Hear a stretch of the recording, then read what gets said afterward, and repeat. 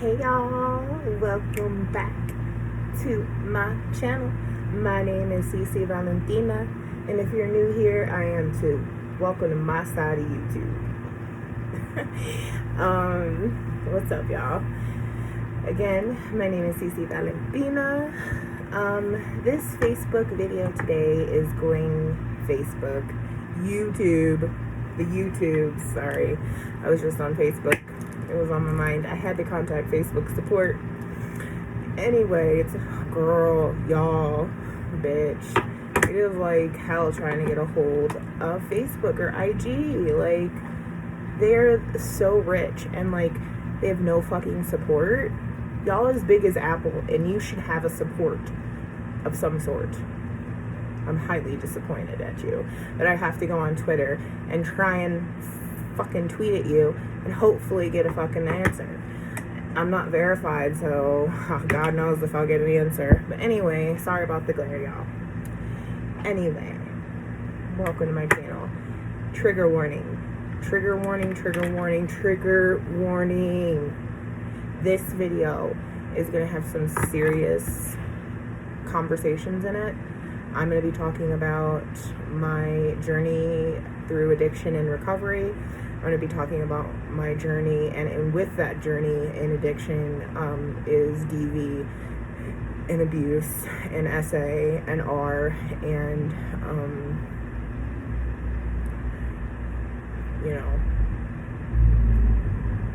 abuse. He was very abusive. So, and this is like the 30th time I've tried recording this video. I'm gonna try and stay back here. Yeah, I'm rocking a Jeffree Star. It's, I'm for 420 friendly. I got this because I like the style, and this was before I figured out how shady he is. So I put my money where my morals are, and it's no longer with him. So that's not even relevant to this video, but I know y'all, maybe some of y'all, I have 15 subscribers. You guys, please do the likey and subscribe thing down below. Please help out. I am a small creator, and I'm trying to make and build a YouTube channel. And with doing so, I need to tell my story. And telling my story is not going to be easy for me. I've tried doing this 500 fucking times, and I just keep, hold on guys, drop something. This is my quartz. I keep redoing this and doing this, and I just want to get it out.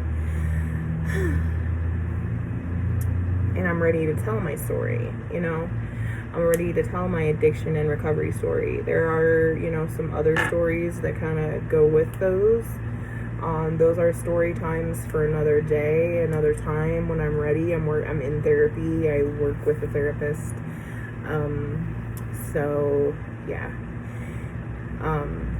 But I'm kind of working through that trauma right now. So please bear with me on that.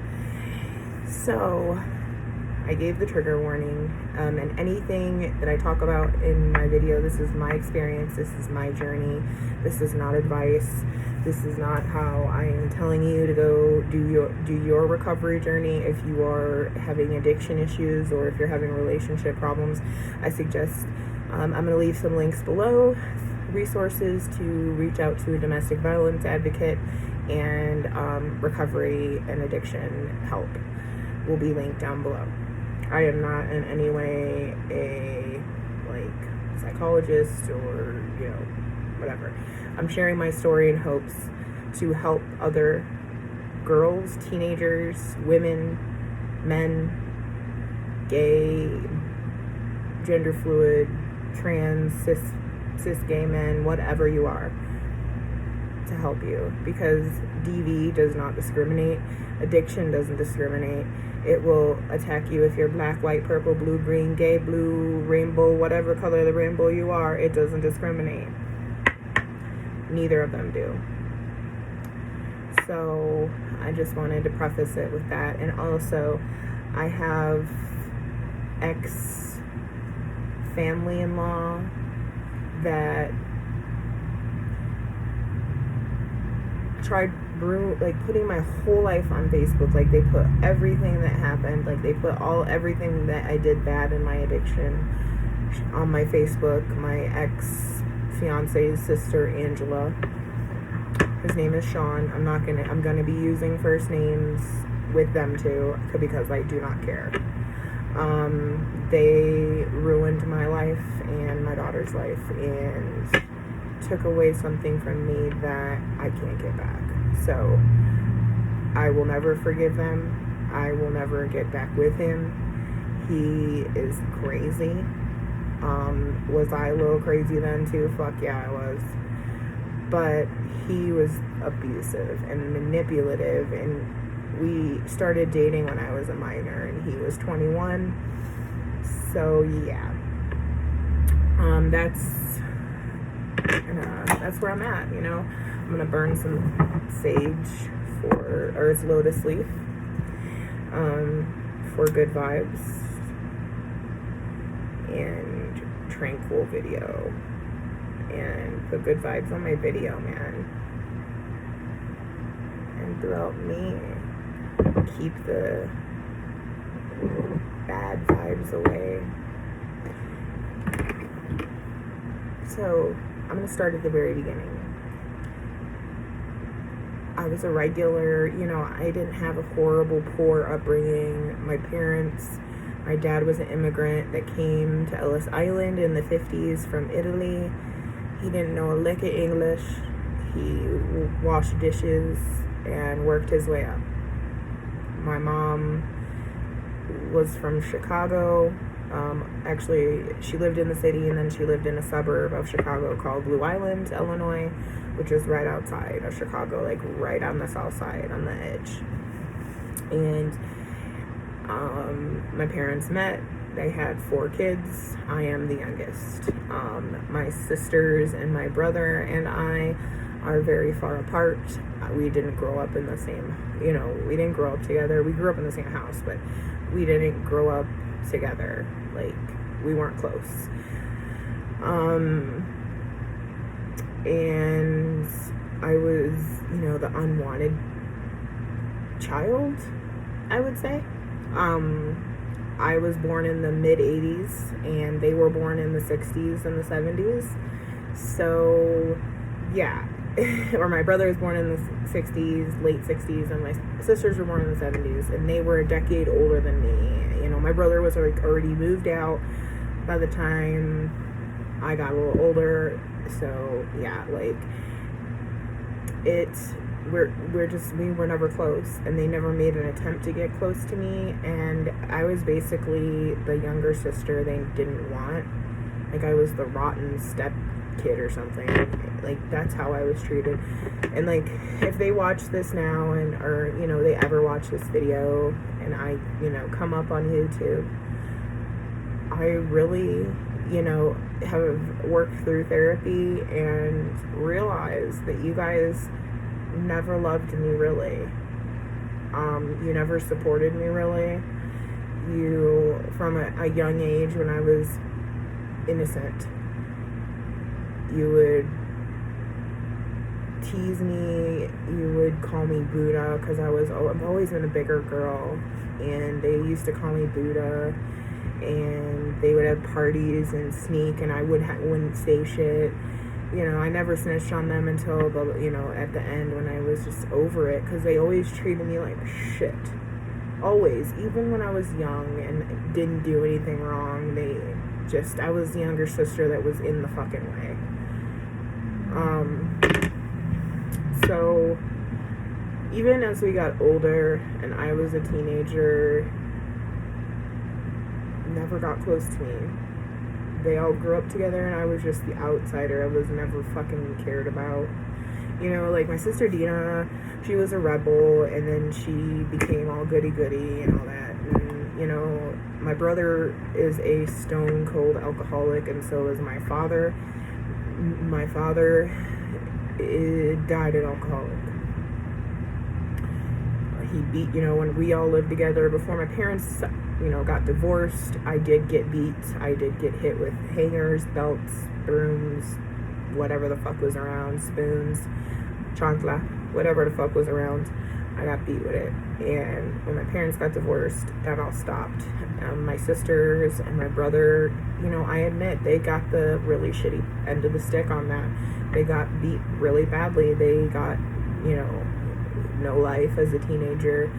They couldn't go anywhere. They couldn't date. They had to sneak and shit. So I get it. I was the annoying little sister, but I just wanted them to care about me and love me. And they never did. They always treated me like, bye peasant, so bye ugly, bye Buddha. I'll never forgive them for that. And I won't say I'll never forgive them, but I will never forget. And we still don't talk, and I'll talk about that later. But so fast forward, my parents divorced. My dad moved a half a mile away. I could literally walk to there from my mom's. I would visit on weekends and on Wednesdays. You know how that goes. And my dad, I didn't get beat after that. I think my dad was like, if I do this to her, I will lose her too. And yeah. So he basically spoiled me. My sisters and my brother hated that. They didn't like that. They kind of resented me, I'm sure.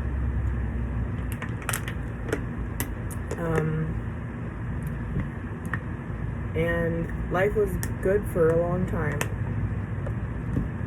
Did I get along with my, sisters? Not really. Did I get along with my mom? We bumped heads, but I love my mom. She is my mom. And she took care of me. She did love me. I know she loved me. She was the glue that kept the family together. And, did we fight? Yeah. Did I fucking do shit to her? I did. I put her under so much stress, and I tell her I'm sorry every day. Both of my parents have passed on. They didn't really get to see me in recovery. Here and there they did, but I mean, really, this time, they didn't get to see this. I mean, they're seeing it from above, but they never got to experience it with me in life. So I would say in middle school is when I started drinking, smoking weed, chilling with the stoners. I had best friends. We would all in the neighborhood, I would hang out with them. And then, as time went by, high school came around. I met this girl named T. We started hanging out too with the group of people, and she was one of the people that loved shrooms and ecstasy and coke. So she became one of my friends, and I started dabbling in coke. We called it yayo back then. And of course I smoked. I've smoked cannabis since 6th grade. Still do. It's legal here now. And plus I am a medical card holder. So I got expelled my sophomore year because some girls snitched on me. I had weed on me. I went to night school. I finished school then. As I was going to night school, I saved up because I was working at Burger King. I started working at Burger King my freshman year. I got permission. My grades were okay. I got a work permit, and I started working part-time at Burger King. And my friend T, who also worked at Burger King with me, she is, we did coke together a lot. And we did it in the office, we did it in the car, back in the day, restaurants like Burger King didn't have cameras and new registers and shit. We had the old big ass fucking things that you had to push and change the sheets of which button was programmed for what sandwich, like those big old 80s registers. And yeah, she ended up stealing and got fired as she was a manager. I worked there for, I'd say, another year. I worked there for 5 years. I worked there from 15 all the way until I was like 20.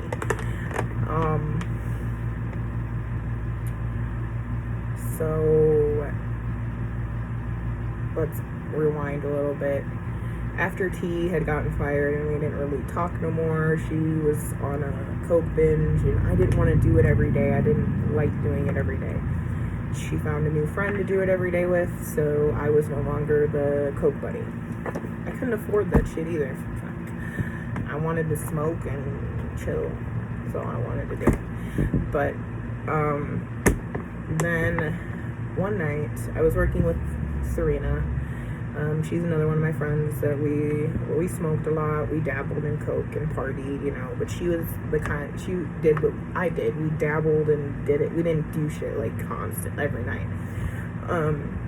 So I met her, we were working together and working to close.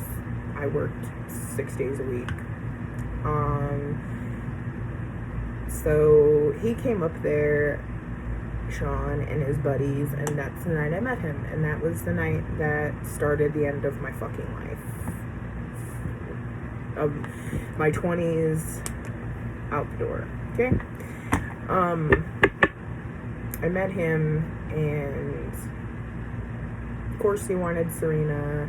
I was a chunky Latina and she was blonde and white, and I'm not the first pick. So that's how that was. She had her own man, and she didn't want to fuck with him. And then we ended up talking, and we got together. We started dating. And one night I asked him if he can get me coke, and he said, "Oh yeah, let me call my people. I'll be calling you right back." Called me back.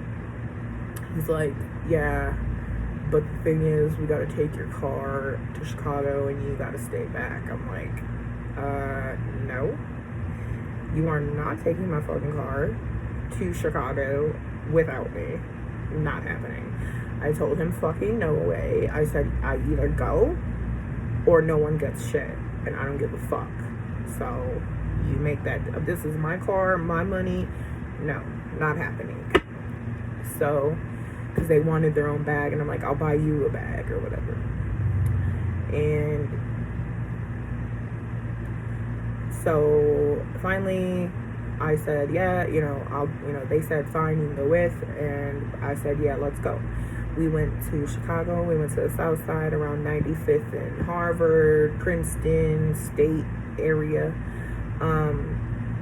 There was projects there, and supposedly they bought 2 bags of blow, which is heroin, and me coke. And they wouldn't let me touch nothing till we got home. They wouldn't touch nothing. It was weird. Like, they knew that they were about to give me heroin instead of coke, right? And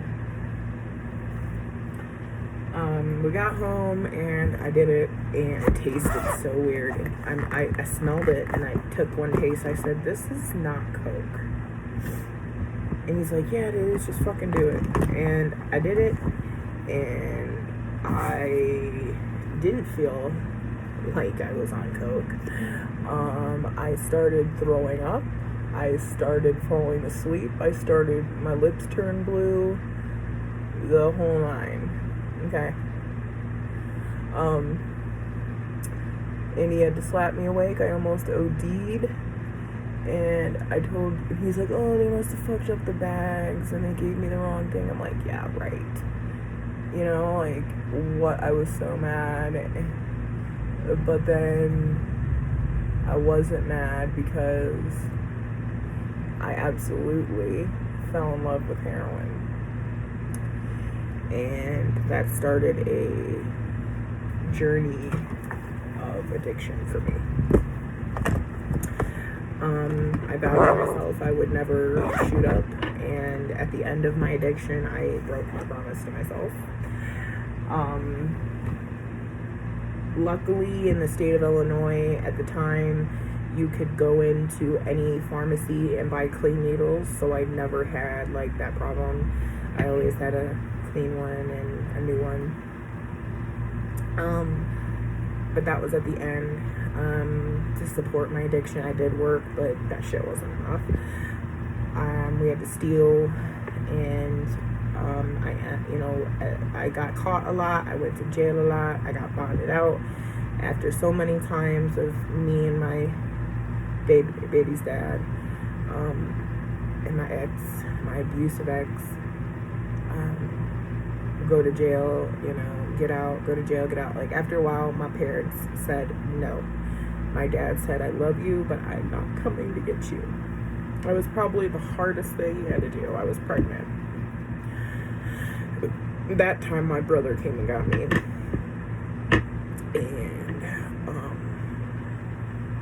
And then I got arrested again. But I was pregnant, and nobody knew except Sean, and I told my brother on a select call, and he came and got me out.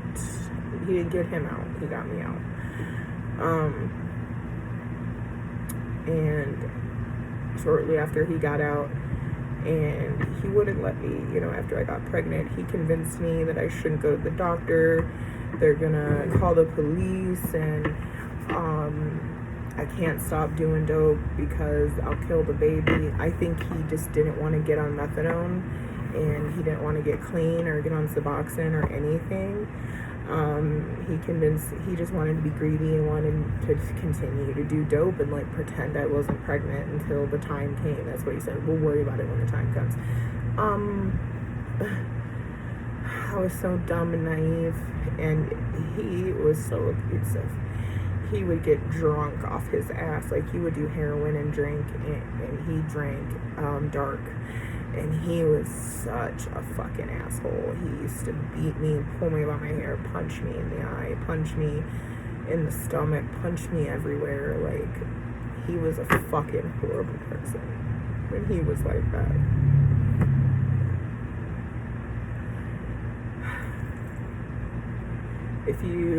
I have proof. He went to prison for how badly he's beat me, and I just kept going back and back and back and back. Anyway, that was 2005. I had Kaylee. She was premature. My mom and I made the decision. DCFS got called, obviously, because there was dope in my system and the babies, and they had to wean her off. It was terrible. And I decided to give her to a family that would take care of her.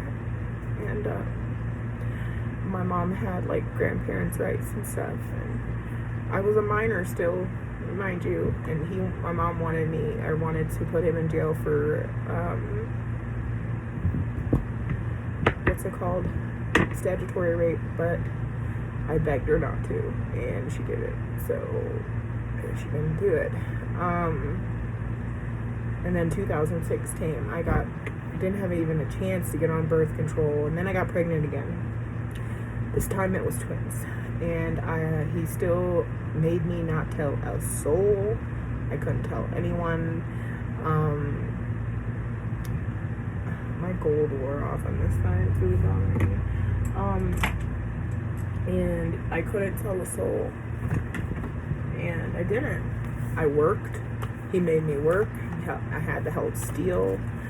Thank God I didn't get locked up that time. And yeah,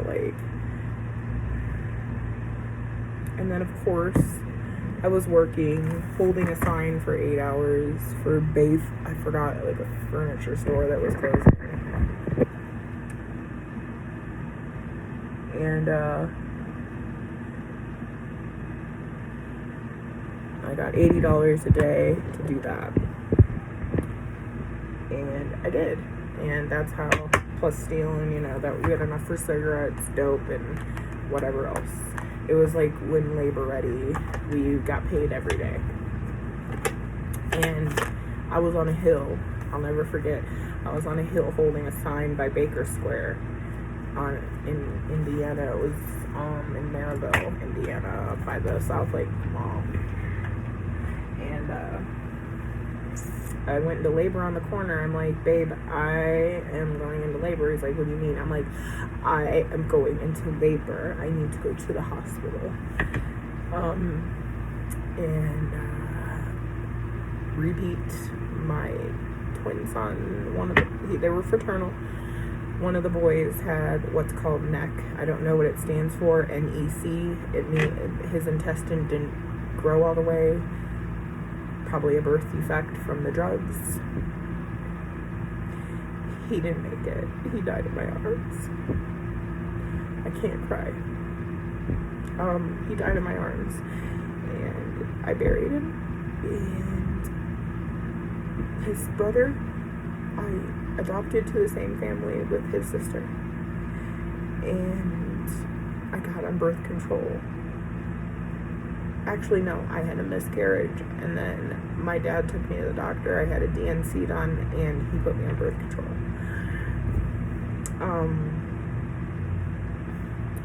And thank God he did that, because that saved me from hurting any more kids.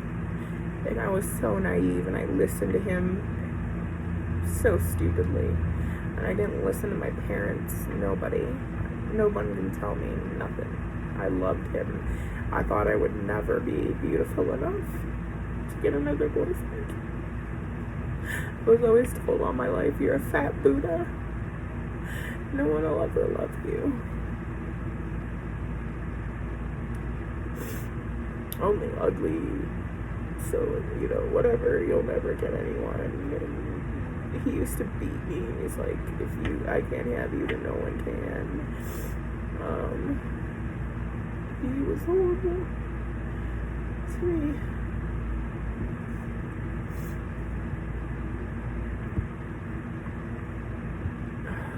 He was fucking horrible to me. Anyway, so after all that happened, I just wanted to get high.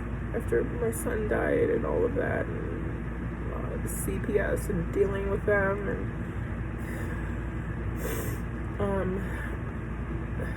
I, got high for another year or so, and then I made the decision. I said, after, because we had went to jail again, and this time the store's corporation head corporate, like CEOs and major people came to my court date and to his and said, these are the most two prolific shoplifters I've seen in the Chicagoland area in the last 10 years. I will scrub toilets for 6 months to see these two do the maximum. And the maximum was 1 year. And I got sentenced to the maximum, and so did he. He went to work release right away for some reason. Because we got sentenced, the judge let us do our time in work release. I had a paid attorney and he didn't, so that was weird that it took me longer to get there, but men is different, I guess. But it took me a little longer. I was in the county jail for 4 months. I detoxed by myself in my cell. And then I went to work release. I did 4 months in county and God, I can't count. 6 months in work release. Work release, you can have, money to use the payphone. You can have money for the vending machine, money for the laundry machine, all that. You had a lot more freedom. You could not smoke cigarettes. They took cigarettes away. shortly before that, actually, the first time I went to jail, they still allowed cigarettes in Indiana. Like, you could order packs of cigarettes on commissary or rollies. But they kind of like stopped that in 2007-ish. So I did a year in jail. Some in jail, some in work release. It's all fucking jail. I was locked up. The only time I got out of work release was to work and back, and I did smoke cigarettes. I kept cigarettes in my locker at work. I worked at this little call center. And I did my time. I got out, and I told him, I said, I'm getting the fuck away from here. If I stay here, I will end up getting high, because I was right by Chicago. I was right by the root of it all, right? So we decided to get clean and go to rehab, or I went to a halfway house. After I got out of jail, I went to a halfway house in Terre Haute, Indiana.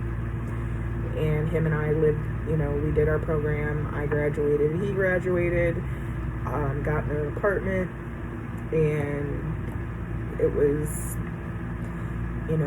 okay for a while. And in Terre Haute, Indiana, they do not have heroin. However, their thing down there is pills and meth. So like Dilaudid, Oxycontin, that's when Oxy and all that was real big, right? So guess what? We found our new thing and we started doing those. And down the rabbit hole, I managed to keep that apartment for 4 years. 5 years actually.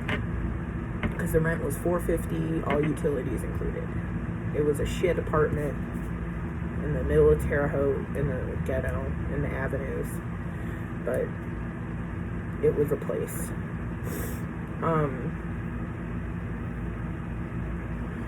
I actually lived right by 6th Avenue Bar, if anyone ever heard of Terre Haute, Indiana. A federal prison is actually there.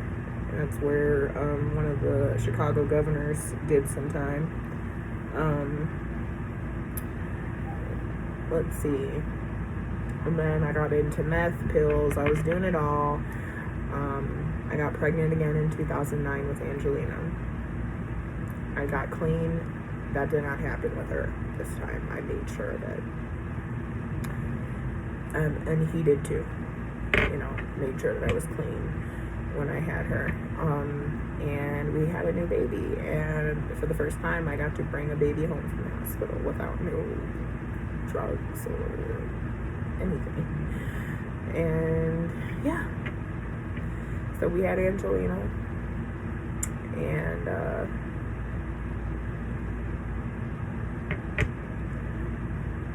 then I'm missing bottom teeth.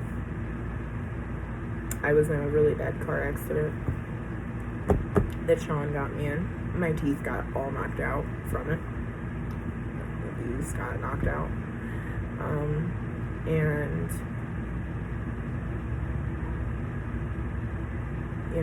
things were going alright. I moved. My mom got sick. I moved back home to Northwest Indiana, where the police knew me, everyone fucking knew me, which was probably a big mistake, but I did. I didn't want to go back there because I was so well known, and any little thing I did, I would get in trouble for it, and I did. One night, I was driving. I got let go that time, and I got pulled over. I was driving while suspended. I was driving my mom's truck. I had blonde hair, like they didn't recognize me. My brother told on me the night before. Little did I know. My brother got a DUI and said, "Oh, you're letting my sister's back in town. She's driving around and you ain't catching her." And the next day they seen me, and yeah. I had Angelina in the back. I had the bond money. I bonded myself out, and I went to Angelina's grandpa. Sean's dad came and picked her up, and then I told him, like, I'll be back in fucking, like, as soon as they let me out, I'll bond myself out. And I did. And went and got my truck out of the impound. His dad knew the guy that ran it, so he let me go get it. and I went to work the next day. So I moved back home. He moved back with his dad, or he was in jail still. I don't remember. He wasn't around. I think he was in jail. He went to jail so much. He went more than me. But he wasn't around. No, he wasn't. He was in prison for beating me, and I took him back again. But yeah. And then another incident happened. He's like, and then the dire police officer said, you have another incident, we're calling DCFS on you. They hate me. They hated me. They knew me. Like, they knew me from my addiction days. They had no mercy on me. So a couple months later, I was taking a shower. My mother was taking a nap. My mom was disabled. She was sick. I moved home to take care of her. She was downstairs sleeping. Angelina was napping. I'm like, cool, I have time to take a fucking shower. So our back door at my mom's didn't like lock. You had to put the stick in the door for it to lock. And I forgot to put the stick in the door. And Angelina was a toddler, and she got out the back door. We didn't have a fence at the time either. My mom was getting this new fence rebuilt, and we didn't have any fence. And she went to the neighbor's house, and the neighbor called the police, and then the police called DCFS on me. So and they came out and gave me a warning and told me if it happened again, she would be taken into custody.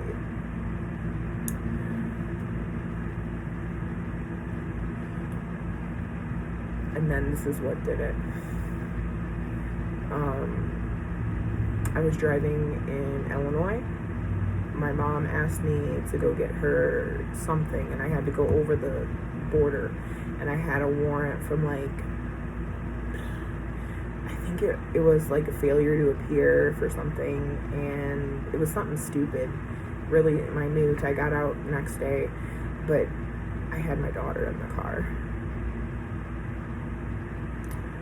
and they removed my daughter from me and put me in handcuffs. DCFS came and picked her up.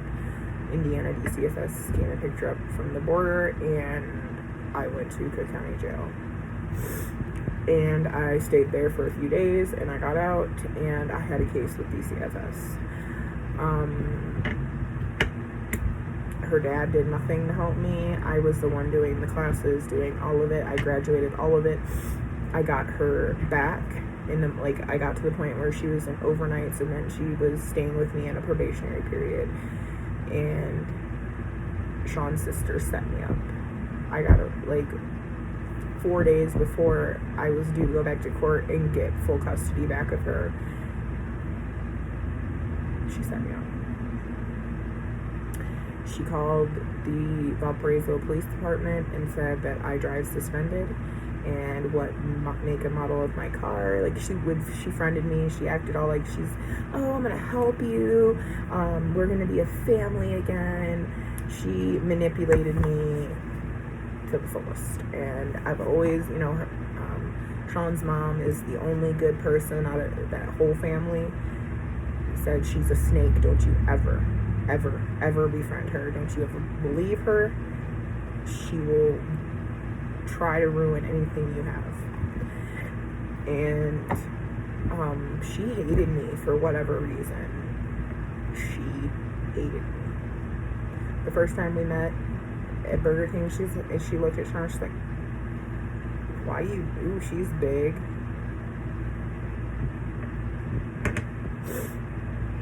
And anyway, she set me up, and she got removed again. And she filed for adoption, and she got it. And I've never seen her again.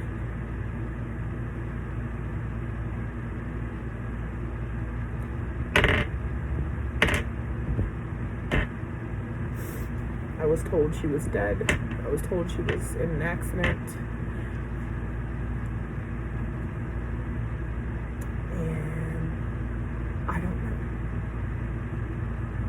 what's true, what's not true.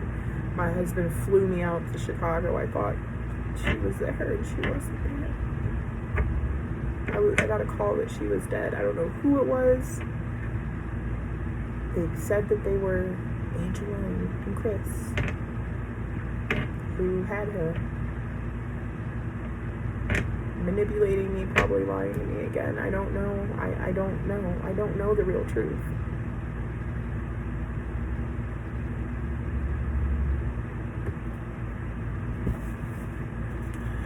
And I don't know where she is. Dead or alive. I don't know if what I received as her is her.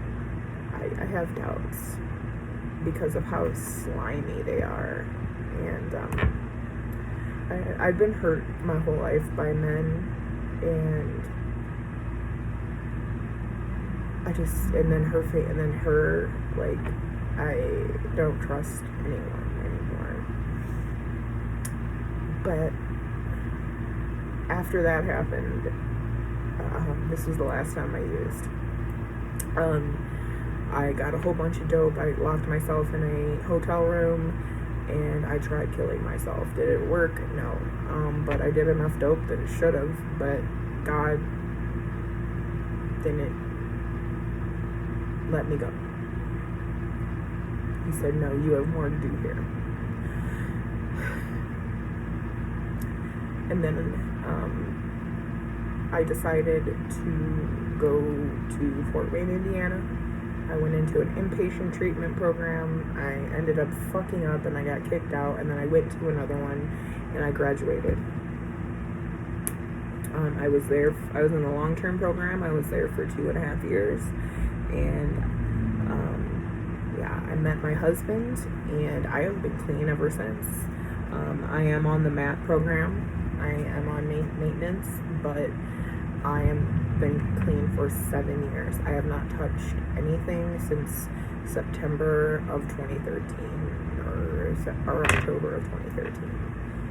14, 15, 16, 17, 18, 19, 20, 21. Okay, I'm sorry, 8 years almost now. It'll be 8 years this year. And and then I was in an accident, my head bashed on the dash, and my teeth got knocked out. And I sued Sean's insurance, and I received a settlement, but it was not enough because he had liability, so it wasn't enough to fix my teeth. But I got clean, and I've been clean, going to therapy, on the MAT program, and taking care of my stepkids, taking care of my responsibilities, my bills, everything. And I met my husband, and my marriage and my husband isn't perfect, but my husband's not a doper. He drinks beers once in a while, but my husband works. My husband takes care of his kids. He takes care of his child support obligations. He's a great dad.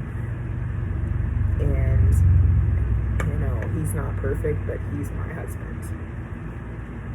He doesn't beat me. He doesn't do the things that Sean did. He's the complete, utter opposite, and he's a square, and I love him for it. Recovery. When I first got on the MAT program, it was not easy, but I did it, because at the end of my addiction, I was doctor shopping and this, that, and the other, and I just got sick and tired. And then after, doctor shopping, and then after I lost Angelina, I did heroin again, I just went off the deep end. I just lost it. This is gonna be a long video, so I hope people get through it and hear my story. But the moral of the story is, no matter where you are in life, no matter how much you lose, you can always get back up and fight to live another day. And before I got sober and lost my daughter, lost my parents back to back when I was in my early 20s. I lost my mom in 2012. I lost my daddy in 2013, and then I lost Angelina. I was at the point. I didn't know why I was here anymore.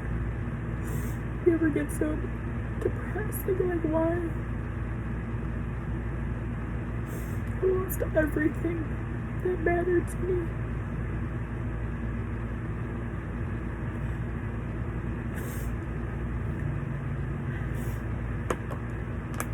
But you can be resilient and you can come back from it.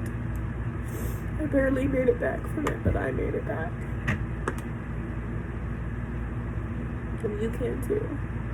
I want to talk about a couple things. We're hitting 45 minutes, but during my time with Sean, I was beaten by drug dealers. I was AR'd by drug dealers that he owed money to. They AR'd me in front of him and they strapped him to a chair with a gun to his head and made him watch.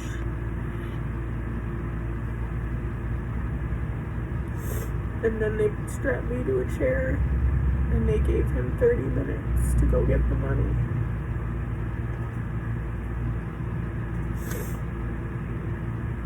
And then in Chicago, I don't know how many times I was beaten, AR'd in the alley, robbed. And he just did it to me too. I was broken. I was utterly broken.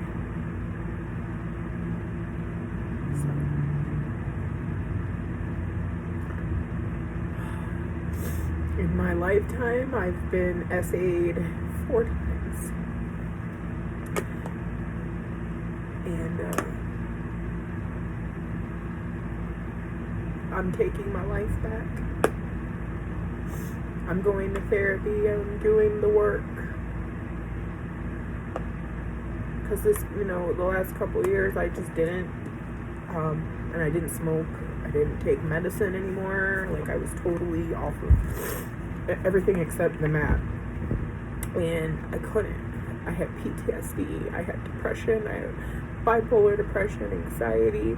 I couldn't go unmedicated. So I used cannabis when I moved here to New Mexico. And I'm back on depression medication. And I do therapy 2 to 3 times a week. I have talk space and I have a therapist I love. She's amazing. And I'm working through all my trauma from A to Z. And there's so much. This is just the short version and it's almost 50 minutes. But you guys, I just want to tell you, to any man, woman, child, if you are SA'd or if you are R-worded, it's not your fault. If you're in a domestic abusive relationship, it is not your fault.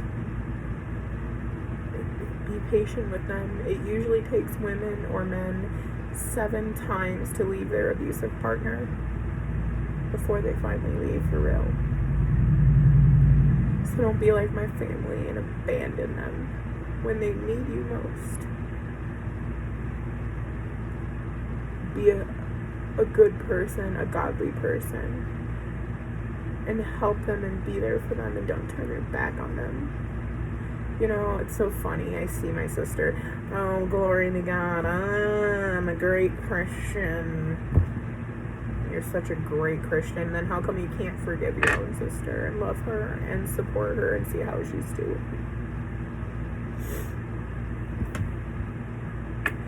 My sisters, I'm going to tell you what they did, and then I'm going to end this video. I'm going to get right at an hour. When my parents died, when my mom died, when she was sick, I didn't have money to fight her. I was so down and out. You know, I moved. I still had my apartment in Terre Haute because I had Angelina, I had public housing, I had my own place still. I had just lived at my mom's, and I basically abandoned my apartment for like 4 or 5 months. And I lived with my mom. When my mom died,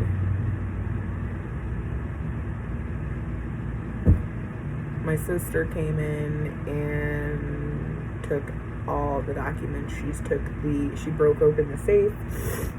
She took the title to the SUV that my mom signed over to me to give to me for Angelina. My mom was disabled and she was on death's door. She knew, and she signed over the truck to me so I could have a nice vehicle to drive. My sisters and my brother, they all had nice cars. I didn't. I had a beat up 88 Honda Accord. So my mom gave me the truck. And my sister ordered a lost title because my mom already signed it over to me. And she burned that one. And she sold the truck for $6,000. And then my mom was already out of her mind. She told all of us kids the Christmas or Thanksgiving before, if anything happens to me, I don't want you guys to fight, and I want you to split it equally. I don't know how many times my parents said that. Split it equally. My sister decided, you know how Britney Spears is in a conservatorship? Well, I'll put my mother in a conservatorship, but in Indiana it's called a guardianship. She had financial and medical power over my mom. And personal. And she made her sign the document of the will and sign it all over to her and my other sister, and took me and my brother off. My mom signed off on the paperwork, and then my sister went to court for an emergency hearing like 3 days later, and they deemed my mom incapable to make her own decisions. She was out of her mind when she signed the paperwork for the will. But, you know, I didn't have money to fight her. I let him take it. Threw my hands up to God, and I figured it out. Sponsor let us rent a house, and it was good for a few months, and then I went to a homeless shelter. I didn't have anything. They said since I chose Sean and did that with the kids, they said I didn't deserve anything, that I'd give it all to him. They might have been right, but that was my money to get on my feet.